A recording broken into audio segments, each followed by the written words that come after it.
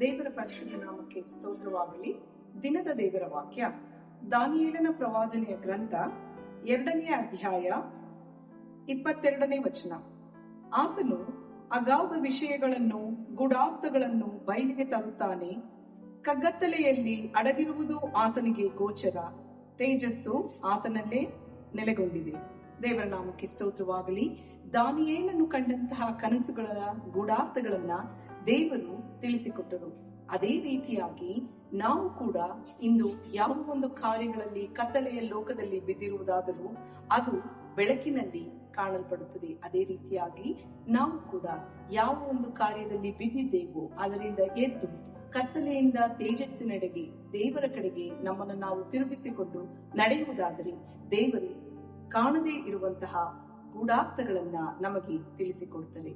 ದೇವರ ವಾಕ್ಯಗಳನ್ನು ಆಶೀರ್ವದಿಸಲಿ. ಪ್ರಾರ್ಥನೆ ಮಾಡೋಣ.